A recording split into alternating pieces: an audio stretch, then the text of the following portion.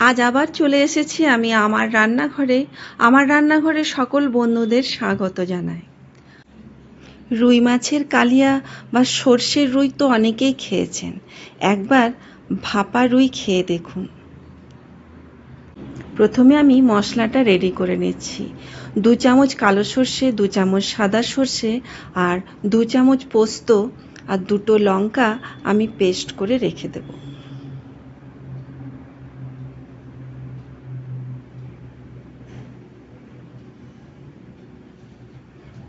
দুটো কাঁচা লঙ্কা আমি পেস্ট করে আগে রেখে দেব। একটা পেঁয়াজ কুচি করে আমি একটু বেশ লাল লাল করে ভেজে নেব। হালকা লাল লাল হলে আমি নামিয়ে দেব পেঁয়াজটা।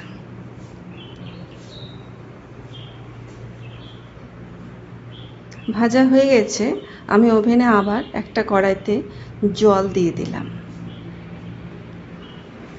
পেঁয়াজ কুচিটা দিলাম, সর্ষে আর পোস্ত বাটা যে মিক্সটা ছিল লঙ্কা দিয়ে বেটে রেখেছিলাম ওটা দিলাম, 1 চামচ হলুদ দিলাম আর দেব কাশ্মীরি লঙ্কার গুঁড়ো আর দেব সর্ষের তেল 3-4 চামচ। পরিমাণ মতন নুন দিতে হবে আর সামান্য একটু চিনি।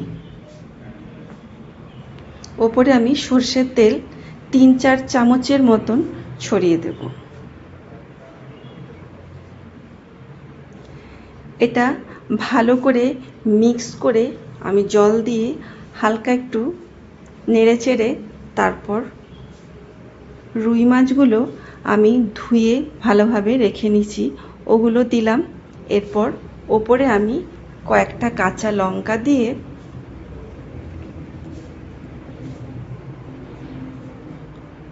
কড়াইতে যে গরম জলটা চাপিয়েছি ওর ওপরে এই বাটিটা চাপিয়ে দিয়ে ঢাকা দিয়ে বেশ ভালো করে উপরে একটা ঢাকা দিলাম, তারপরে একটা বড় থালা ঢাকা দিয়ে 10 মিনিটের মতন আমি ভাপিয়ে নেব। 10 মিনিট পর দেখুন রেডি হয়ে গেছে আমার রুই ভাপা। উপরে আমি ছড়িয়ে দিলাম কসুরি মেথি, ঠিক নামাবার আগে আমি ছড়িয়ে দিলাম। এবার ওভেন থেকে আমি নামিয়ে নিয়েছি। রেডি হয়ে গেছে গরম গরম ভাতে খাওয়ার জন্যে রুই ভাপা। তো বন্ধুরা, আমার এই রান্না যদি ভালো লেগে থাকে তো আমার চ্যানেল লাইক শেয়ার করো আর সাবস্ক্রাইব করে রেখো এরকম ঝটপট রান্নার রেসিপি পেতে।